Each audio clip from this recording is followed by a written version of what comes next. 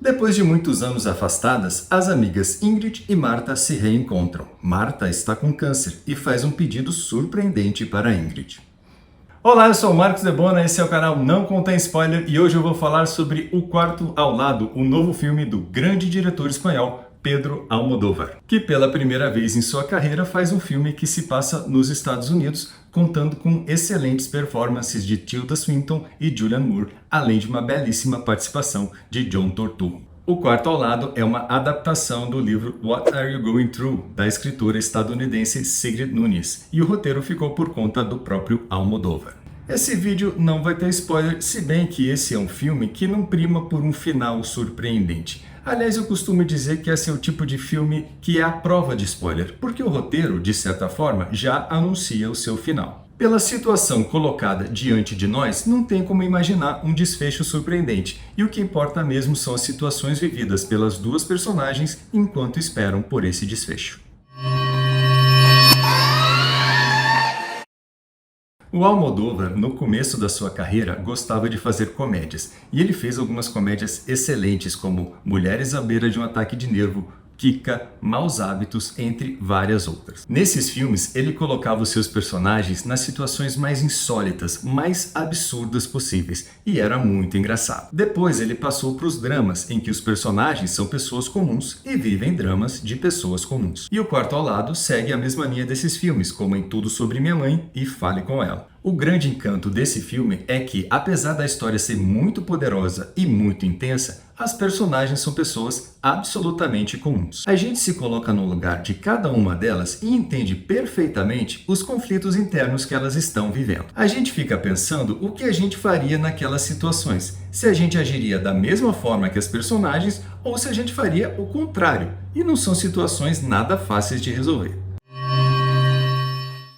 Geralmente, um filme tem apenas uma protagonista, mas esse é um caso raro em que temos duas protagonistas, e eu já vou te explicar por quê. Primeiro, somos apresentados a Ingrid, e um dos motivos para ela ser protagonista é que a gente acompanha a história do ponto de vista dela. A Ingrid é uma escritora que está dando uma tarde de autógrafos. Ela trata muito bem todo mundo que está ali e faz questão de atender a todos, o que revela um lado muito importante dessa personagem. Ela é uma pessoa amável, uma pessoa do bem, que está sempre disposta a ajudar. E outro ponto que reforça que ela é a protagonista é que o incidente incitante acontece justamente com ela. Uma das pessoas que chega para pedir um autógrafo é uma antiga amiga que fala sobre a Marta, outra amiga em comum. E ela fala para Ingrid que a Marta está com câncer. O incidente incitante é algo que 99% das vezes acontece ao protagonista. E a partir daí, ela vai tomar uma atitude diante do que aconteceu. Então a Ingrid recebe a informação de que a Marta está doente. E como ela é uma pessoa super do bem, ela vai visitar a amiga no hospital. As duas amigas começam a conversar e o tema da primeira conversa é a filha da Marta. O que vai ser importante para o filme, mas eu não vou fazer spoiler. Então a Marta conta para Ingrid de uma forma muito franca e muito honesta que ela e a filha não se dão muito bem.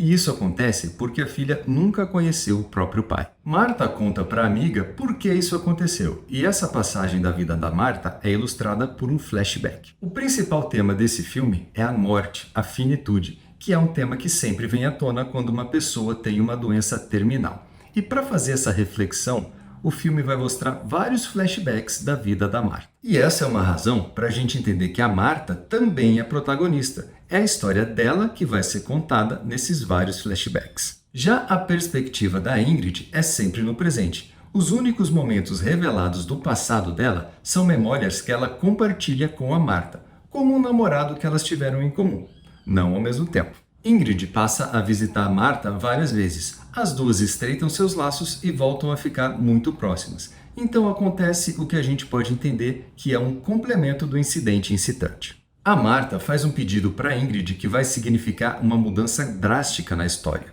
e vai desencadear o segundo ato do filme. A Marta acabou de descobrir que o seu câncer não tem cura e que ela tem muito pouco tempo de vida. Então ela conta para Ingrid que vai simplesmente desistir do tratamento. Porque o tratamento é muito doloroso, muito desconfortável e ela acha que não vale a pena continuar. É claro que a Ingrid fica um pouco chocada com a notícia, mas o pior ainda está por vir. Marta comprou uma pílula na Deep Web que ela vai usar para fazer uma eutanásia, ou seja, pôr fim à sua própria vida. Ela já está decidida a fazer isso, mas não quer estar sozinha nesse momento. Por isso ela convida a Ingrid para elas passarem juntas os seus últimos dias de vida. Uma das principais características do protagonista é definir os rumos da história.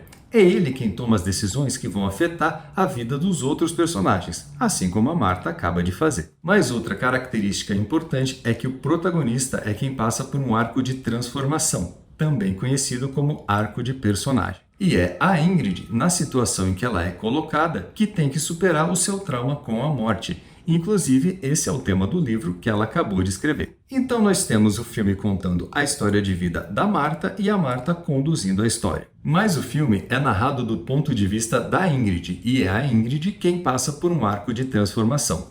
Por isso podemos entender que as duas são protagonistas. É claro que a Ingrid fica muito chocada, fica até um pouco abalada, mas a gente tem que lembrar que ela é uma pessoa super do bem, super compreensiva e está sempre disposta a ajudar. Portanto, de uma forma muito corajosa, ela aceita essa difícil missão.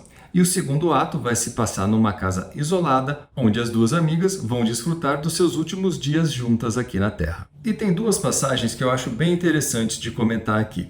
A primeira é quando a Ingrid reencontra o Damien, aquele namorado que ela teve em comum com a Marta, que é vivido pelo John Turturro. Ele se tornou um ambientalista que dá palestras sobre meio ambiente e fala sobre como o ser humano está destruindo o planeta Terra. Ele é um cara extremamente pessimista, amargurado, até um pouco rabugento. Ele conta para Ingrid que está de saco cheio de dar aquelas palestras, está ficando velho, aquela coisa toda. E a Ingrid revela outra vez aquela personalidade do bem, mais otimista, mais autoastral. Ela fala pro Damien que a gente tem que aproveitar o presente, tem que viver o nosso tempo. E nesse ponto, o filme faz uma metáfora muito interessante, comparando a situação de saúde de uma pessoa que está com um câncer com a saúde do planeta, que segundo Damien também está em estado terminal. Então nós temos expostos 3 pontos de vista diferentes. O Damien está tão preocupado com o futuro que não vive o presente. A Ingrid faz questão de viver o agora, ela está sempre no presente.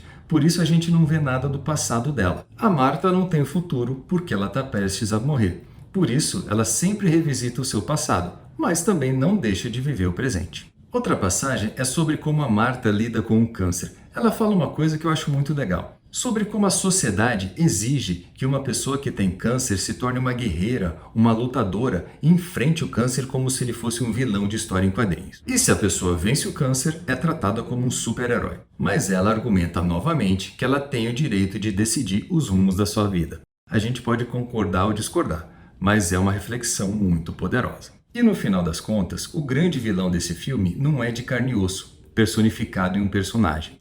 O grande vilão é a morte, que mais cedo ou mais tarde todos nós teremos que enfrentar, seja a morte de um parente, de um amigo ou a nossa própria morte. Bom, pessoal, desculpa se o final do vídeo ficou um pouco baixo astral, mas agora vamos viver a nossa vida porque nós temos muita vida pela frente, não é mesmo? Eu gostei muito do Quarto ao Lado, achei um ótimo filme. Ele até pode passar um pouco essa impressão de ser um filme triste, mas eu acho que não, é um filme que até tem momentos cômicos, é um filme reflexivo e, acima de tudo, é um filme muito bonito e eu recomendo muito que você assista. Então, se você gostou desse vídeo, clica no like, ativa o sininho e se inscreve no canal. E até o próximo spoiler.